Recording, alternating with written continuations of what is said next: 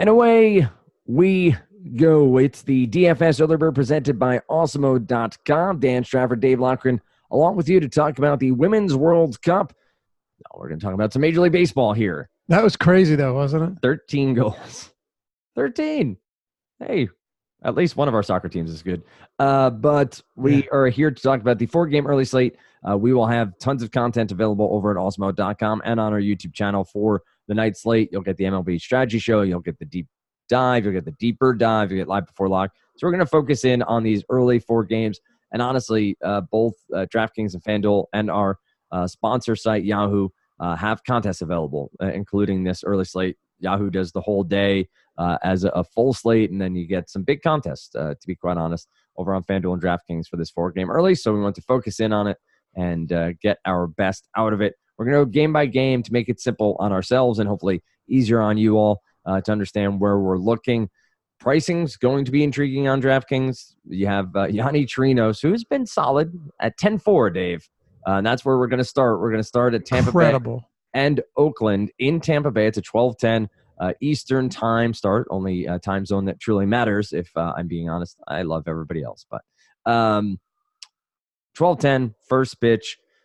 Yonny Chirinos versus good old reliable Brett Anderson, who's at 5,600. I don't see a line on this game as of yet. The other 3 games on the day do have them, but I'm not seeing one here. Maybe because Chirinos, is he officially announced, or is it just DraftKings that's putting him out there? I think he's been starting, right? His past couple? Yep. I'm seeing TBD on a couple of sites, so let me take a quick look. Here, I'll tell you right now on MLB. That is exactly where I'm headed as well. So tomorrow is still TBD. All right, so DK may be jumping the... Very possible, yes. The gun here with Chirinos, and maybe a price point at 10-4 makes sense, but we don't have a line. So let's take this as if... And to be fair, the last time he pitched was the 7th, so 8th, 9th, 10th, 11th, 12th. It makes sense for him to be pitching on this slate. Right. So we'll let's assume he is starting for that's the fair. Tampa Bay Rays for all intents and purposes, not intensive purposes. Intents That and too. for our use case. He's been solid, and I don't doubt that he has been a very good pitcher on the year. He has strikeout upside where he's 7 to 8 strikeouts, and we know DraftKings pricing has been obviously changed this year. So someone like Chirinos being 10-4 on a short slate isn't shocking. It's just a little frustrating that you're going to try to construct lineups on a 4-game slate with one of the better pitchers up there at 10-4 on this slate. The A's on the season don't have nearly as many strikeouts as you'd assume. For a power hitting team, for a righty-laden team, Emac and I were talking about this on the podcast yesterday, just kind of shocking that they are bottom half of the league in strikeout percentage against lefties and against righties. They are the same. They're 21.1% against right-handers on the year. Any interest in Anderson or Chirinos here, or is this maybe somewhere to fill in some bats and find a starter in a different game? So it's definitely not a strong pitching slate at all. Excuse me, it's been a long day. But it's the morning, Dave. I don't know what you're talking about. It's been I never slept, so Yonny Chirinos, pulled an all-nighter. Dude, do you remember? I'm going to sidetrack us for a second. I'll be very quick. Do you remember when we first started doing this? We were trying to record at 6 a.m. Yeah, when we first started. Yep. I think we did it once, and we're like, all right. We did that once, and then I was working, and we tried to do it at like 9 o'clock or 9:30 when I was at work, and I was sneaking into one of our recording booths to do it. Yeah. And then we're like, you know what? No one else is doing this, so we can do it however the hell we want. Yep. So we started recording it the night before, and nobody knew. Like when we would have guests on. Oh my God! No, or Ben or Davis. Yeah, we'd tell them like, listen, use the word tonight, not tomorrow. And so many guys would get it wrong. So I'm sure we tipped our hand a few times, but it was probably 2 or 3 years before we ever even admitted that we were doing it at night. So good. But anyway, good. Chirinos. Mm-hmm. Even on a bad pitching slate, it is it is really tough to pay that much for him. Like, we'll get to some other pitchers, but to me, it is difficult to get there for Chirinos. Oakland's offense is really not all that imposing. They do have some power, but they haven't been really special. Against righties, they have a WRC plus. I think it's somewhere in the middle of the league. 96, yeah, just below median. Yeah, so what is it, 17th, I think? That sounds about right, yeah. 16th, 17th in the league. But they're striking out only 21.1% against righties. Not a very appealing mark if you're an opposing pitcher. As a matter of fact, it's the sixth lowest mark in the league, ahead of only the Red Sox, Yankees, Pirates, Dodgers, Angels, and Astros, all teams that never strike out. Right. So can he do it? Sure. Chirinos just went out against Boston and threw an absolute gem. But mind you, there were only 6 strikeouts there against a team that doesn't strike out. Had he not gone 8 2-hit, no-run innings, we wouldn't have gotten those type of numbers. So I think, in short or in long, and I'll shorten it up, I don't think you can pay that much for Chirinos on this slate. I just don't. How about Brett Anderson on the other side? When we talk about the expensive end of Chirinos, Anderson just 5,600.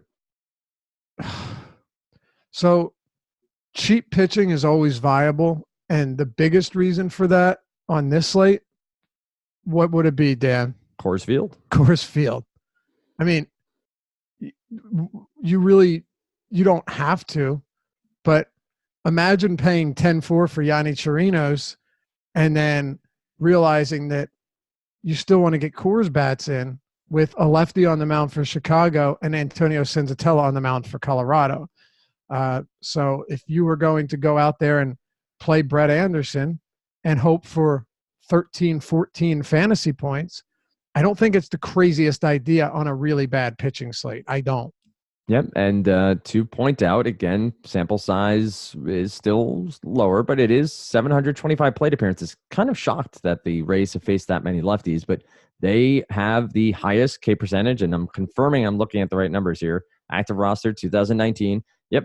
In 2019, they have the highest K percentage against lefties at 28.1%. I know. Surprised. Was that you and me on the show the other day that talked about that? Possibly. Because I did the show with Adam on Sunday. It was Adam. Yeah, I don't remember what show. No, it was a different show. Maybe it was the strategy show. Nevertheless, I was pretty shocked to see that they had the highest K rate against lefties. Yeah, so Anderson at 5,600 is in play, and enjoy every moment of that glorious time on the mound for Anderson. But on Coors, you're going to probably get more shares of Anderson than you would prefer, but 4-game slate, you're going to do some things that you're not particularly fond of offensively here. We can talk stacks at the end, or just do it. We'll do it during. Plenty of one-offs, I think, from both these teams that can have big games and could change the slate. Any name specifically, righty bats against Anderson from Tampa Bay, the Tommy Phams of the world, or any Oakland A's, Chris Davis, or Piscotty, or anybody that you think is worthwhile here for Oakland? I'm not really looking to target Oakland here. I mean, the one benefit with this team is that they are ridiculously cheap. Maybe you do.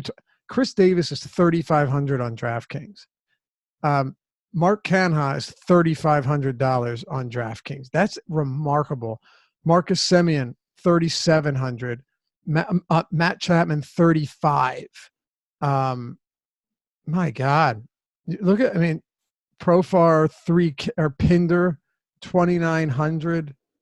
These guys are absolutely dirt cheap, and most of them haven't been playing well. Matt Olson, 3,600. Check this out. I'm gonna just do something for the fun of it. So I'm just gonna throw an athletics bat, Dan, in every and projected starters in every position. Okay, and tell you how much salary we have left over for pitching. All right. So Piscotty's 3,100. By the way. So that leaves, if you plug a starting Oakland bat into every position, 23,100 for pitching. That's crazy, man. Yep. Like, the Marlins aren't that cheap as against Chris Sale. I mean, they probably are, but you get my point. It's really crazy. So, like, if you're sprinkling, and the thing is, the reason you don't really want to stack Oakland is because who are you going to pay up for? Yanni Chirinos? Right. Like, there's really no need. I could see them using them as like one-offs and core stacks because they're cheap and they have power, but that's about it. Yeah, your other expensive pitcher, we'll get to later, well, is Lance Lynn against the Red Sox. And so it really feels like this is going to be a slate to leave some cash on the table to figure out what's your favorite offensive pieces and then find the pitchers that you like best and see how much cash is left over, because I have a feeling we'll be doing that a bit. Coors Field will lend itself to not allowing that, but we'll talk a bit more as we get there in our third game. Second game is Cincinnati and Cleveland. Zach Plesac and Anthony DeSclafani. This is a contest. I do have that up. Minus 135 in favor of Cleveland. 9.5 over under. DeSclafani has been fine. He's 2-3, a 4.70 ERA. Plesac's been impressive. The nephew of Dan Plesac has had a good start to his major league career. He is going to be in this rotation for the foreseeable future as they deal with Carrasco out and they deal with Kluber out, and Clevenger is on his way back, but we'll see Plesac for at least probably 2 more turns through the rotation, if not more. He's been good enough. This is a Reds team away from Great American Ballpark. Any interest in Plesac in this one, or DeSclafani going up against an Indians lineup that has been fairly anemic outside of Francisco Lindor? I think Plesac will be chalk here. You know, look at the whole slate. I expect him to be chalk. We'll get to Rick Porcello momentarily, but Plesac's been really good. Even that first start against Boston, where it was rain delayed, came back out, only struck out 2, but went 5 1/3 1-run innings against a good Red Sox team. 7 1-run innings, 7 Ks against the White Sox. 7 2-run innings, 5 Ks against the Yankees. What I've seen from Plesac is good stuff. And on a slate like this, if Chirinos is going to be that expensive, if Lance Lynn is $9,700 at Fenway Park, then Plesac should be more expensive, in my opinion. Look, his swinging strike stuff has not been all that impressive, but I'm not worried about that for one reason. Look at the teams he's faced. Outside of the White Sox, you faced Boston and you faced the Yankees.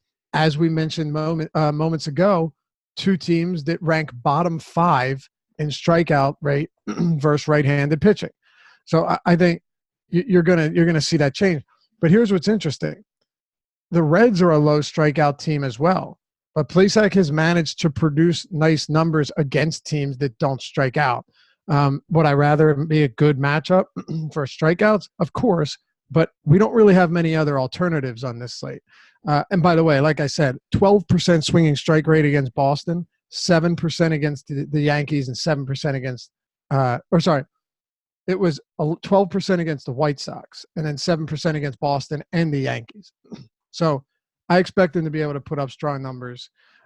Now, with the Reds, Cincinnati is a weak offense that doesn't strike out at a high clip.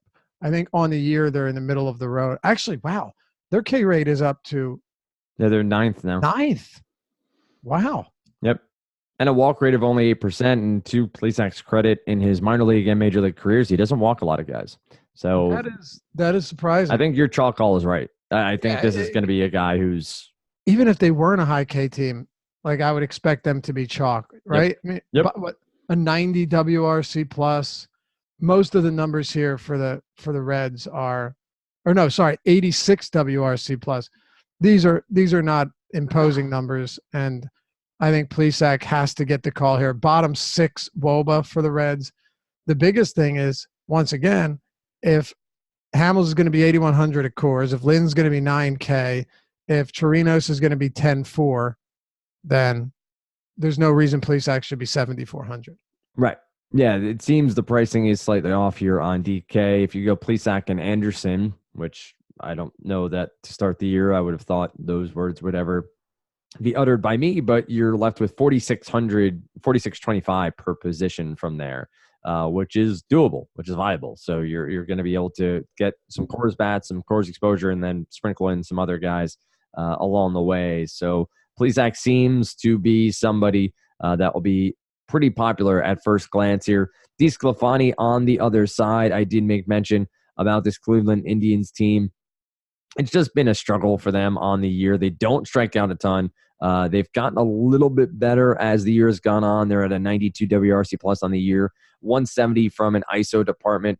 Woba's been middling from what I remember. Let me double check. They're at 314, so it's gotten better, but still not great by all stretches, as you are probably, what is that, a bottom third of the league, I would assume, from a Woba perspective, or just right at the halfway mark.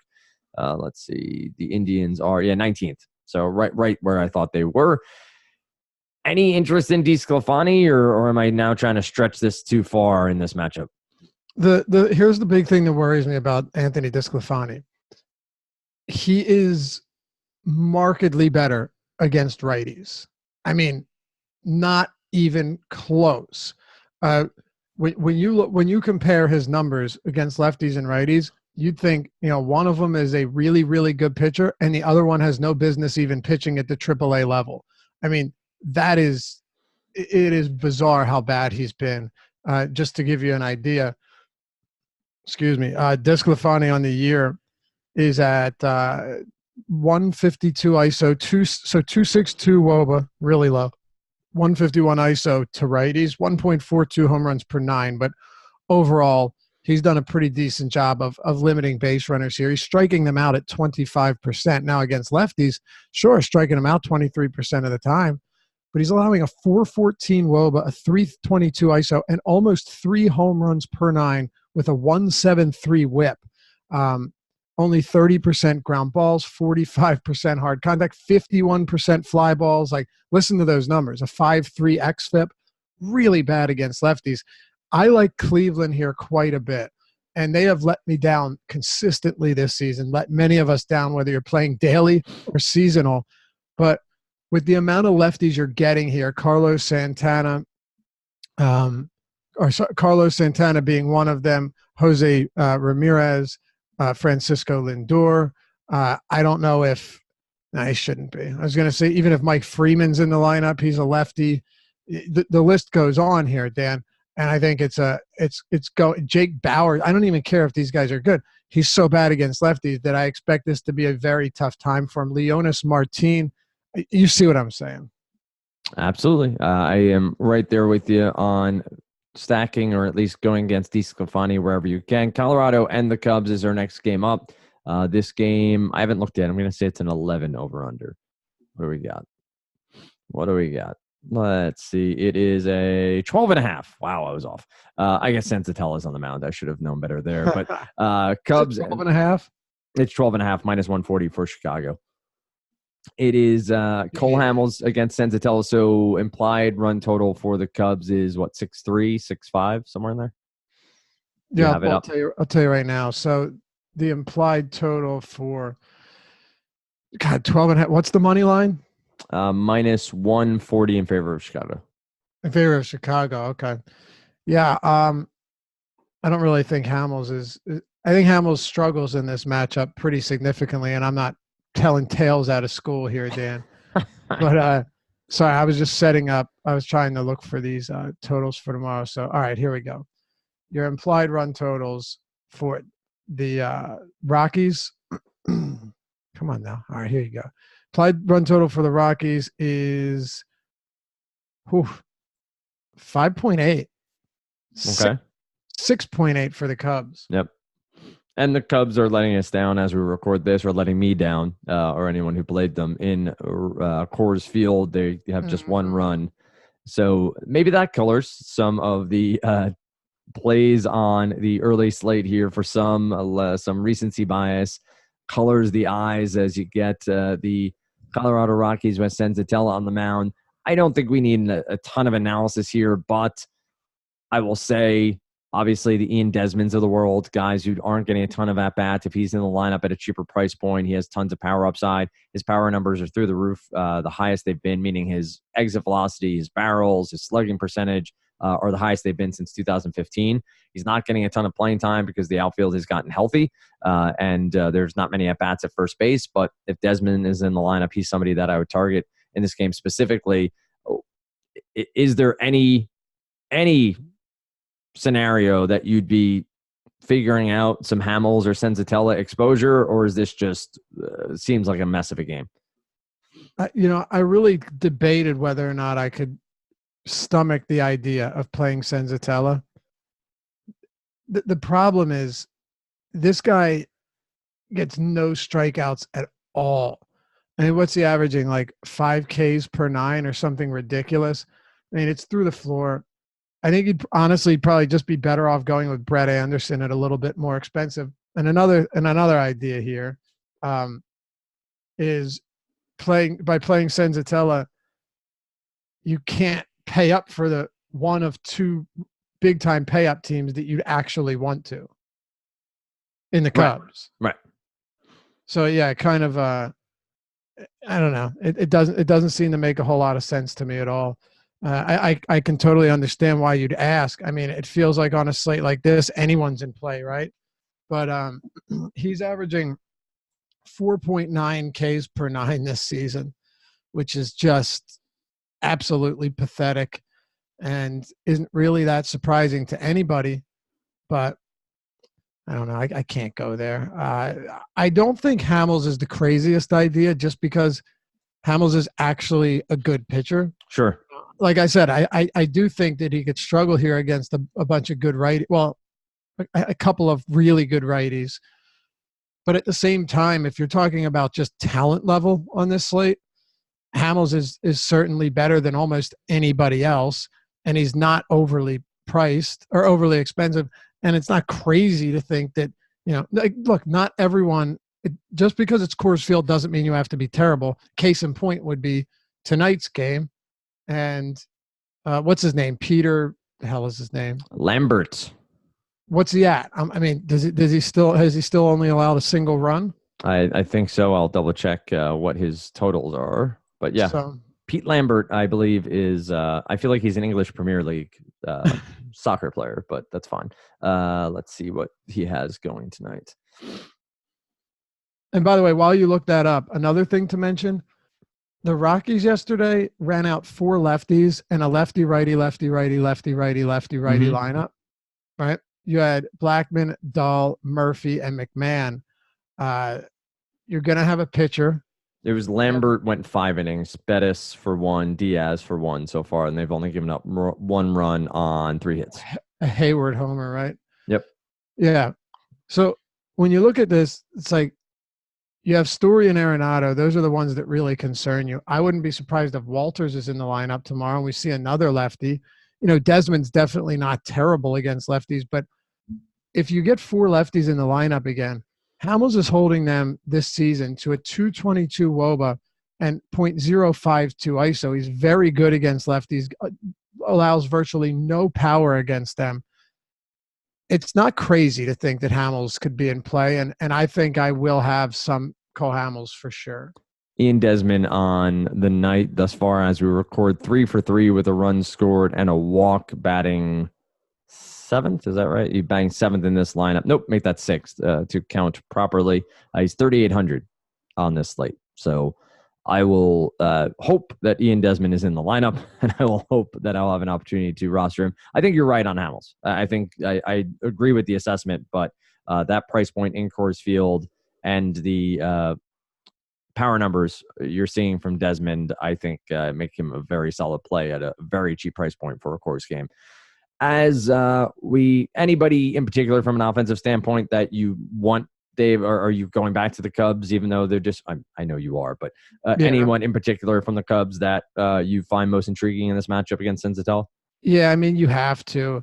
Their prices were low or relatively low in the first series, shot up in the first game of the series, shot up in the second game of the series. And now this one, they're back down a little bit. Carlos Gonzalez is 3,300. That is cheap. If he's in the lineup batting in the middle of the order, well, I think you would have to consider him. Schwarber's price came down a little bit. Hayward's reasonable for this matchup. Some of them, like Baez and Bryan, are still very expensive. And so is Anthony Rizzo, of course, and Wilson Contreras.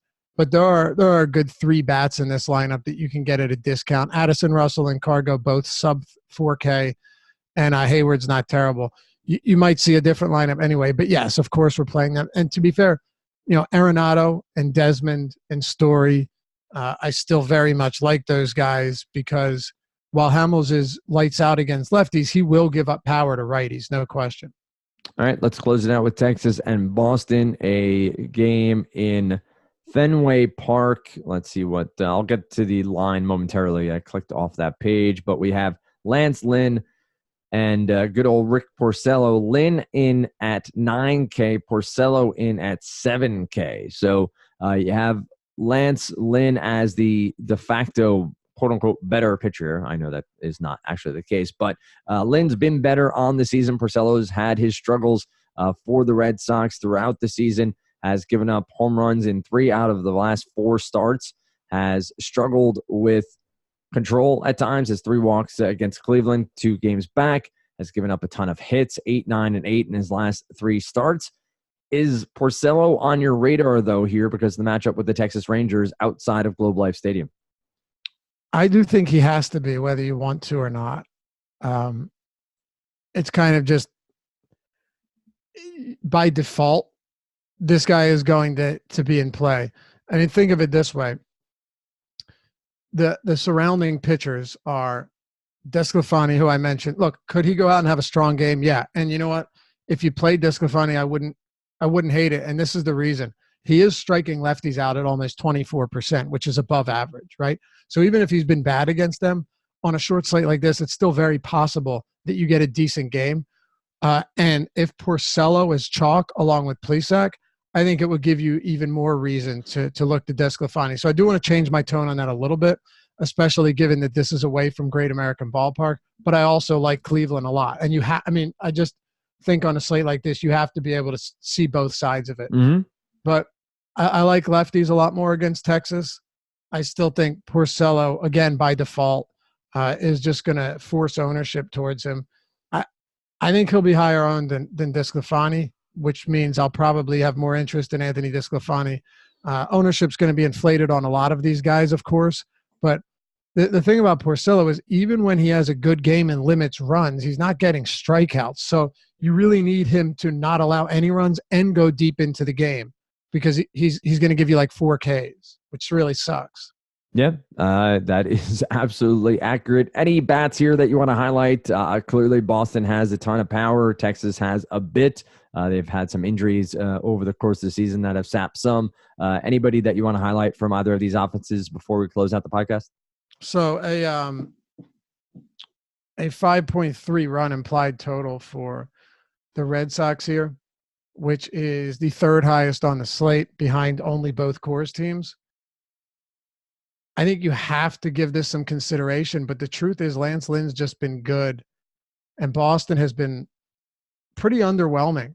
So if I'm paying up for hitters, if you wanted to get contrarian with a Boston stack, assuming they're not popular, I understand that. But I also don't know how necessary it is. The biggest thing here is that, Mookie and JD and Bogarts and Devers, they are really cheap on DraftKings. Yep. So that's the one advantage you have. And because such talented hitters are so cheap, then I'd be willing to put them in play. So if I'm looking over this and I'm saying, all right, who are my favorite offenses from this game? I would say Chicago Cubs, and then probably Cleveland, only because if Desclafani is off of his game, I expect him to unravel against a bunch of lefties. And then I would say Boston. Here's why Colorado is 4th, and you're probably scratching your head thinking, what am I talking about? I really like Colorado, but I don't love them as a stack. And if they're running out another lefty-righty, lefty-righty, lefty-righty, lefty-righty lineup against Hamels, I just don't think there's as much upside unless he's going to get knocked out of this game early. I'd rather go with the 2 or 3 Rocky players in Story, Arenado, Desmond. If Ionette is in the lineup, fine. But I don't love them collectively as I do some of these other teams, either for matchup or pricing purposes. One of my favorite things to always remind people of, and this is not indicative this season of his talent, but Charlie Blackmon has had a very solid career against left-handed pitchers. Now, I know Hamels has done better against lefties, and you can sort of weigh those against each other. You can take a pretty long walk down the handedness debate of who wins out and who you should lean on and the like. But in his career, Charlie Blackmon has done fairly well against lefties. So I could see him having a decent game against Hamels as part of that stack. But I think, Dave, you nail it, that if they're going to go with this balanced lineup, Hamels has shown over his career that he is very, very solid against lefties. Really good. So taking a step back and saying that this Coors lineup would be fourth of those top four lineups, I would agree. And I think Boston has a ton of upside. And clearly the Chicago Cubs are going to be highly owned, and with good reason, as they face Antonio Senzatella in Coors Field. Any final thoughts before we close out the podcast? I think that'll do it, Dan. Nice little show here. And look, the reason we cover a 4-game slate on the podcast is because we have the strategy show. We have the deeper dive. We have live before lock. We have the deep dive. We have all of the content as well on the site. So the way Dan and I see it is we'll give you a full podcast directly or entirely devoted to the one early slate, because Dan, the prize pools now are so high for these 3 and 4 game slates that they're very much worth talking about. And I think the biggest thing here is not necessarily picking out the best plays, but picking out the best ways to get contrarian and find leverage on such a short slate. Yeah, DK has an $18, and again, that's high for some people, high for me on a regular basis, to be quite honest, but an $18 entry, 150 max, $115,000 prize pool. So 25K to first, more flat than we've seen in the past. I guess flatter is the correct word there. 25, 15, 8, 5, 2, and 1 to the top 6. It's still rough that if you came in 9th, you're winning 500 compared to first at 25,000. But still a little bit of a flatter payout and big prize pool there for this early slate. So wanted to cover it, as Dave said. And he also pointed out you can get into Awesemo.com a number of ways. We do have a pin tweet over on Twitter on a contest that's going on. You can always check that out. That's Awesemo_com. That is, I think, a prediction around the upcoming U.S. Open, if I remember. Let's see if I can find that somewhere. All right. All right. So it's, if you want to go over, it's not the pin tweet right now. We have a different tweet up there about Alex Bregman. So I'll double check, but you can head to our Twitter feed. It is who's going to win the U.S. Open. So that is a projection you can make, prediction you can make to win 3 free months at Awesemo.com. If there's a tie, we will pick a winner at random, as always. And if you want to get in by your own account, you can do that with 50% off the first month using the promo code EARLYBIRD for 50% off, and then you get access to it all. You get access to all the free stuff, obviously. A ton of the work that EMAC does is in front of the paywall. You get some more articles on baseball each and every day that are free. Dave and Adam's write-ups are behind the paywall, the deep dive, and then the projections, the lineup builder, the ownership projections, all behind the paywall as well. So that does it for us here on the Early Bird. You get EMAC and Adam on Thursday morning. Dave and I are back with you on Friday. Find Dave on Twitter at Lofty_D, LOUGHY_D. Find myself at Dan Stratford, and of course, as I said, at Awesemo_com.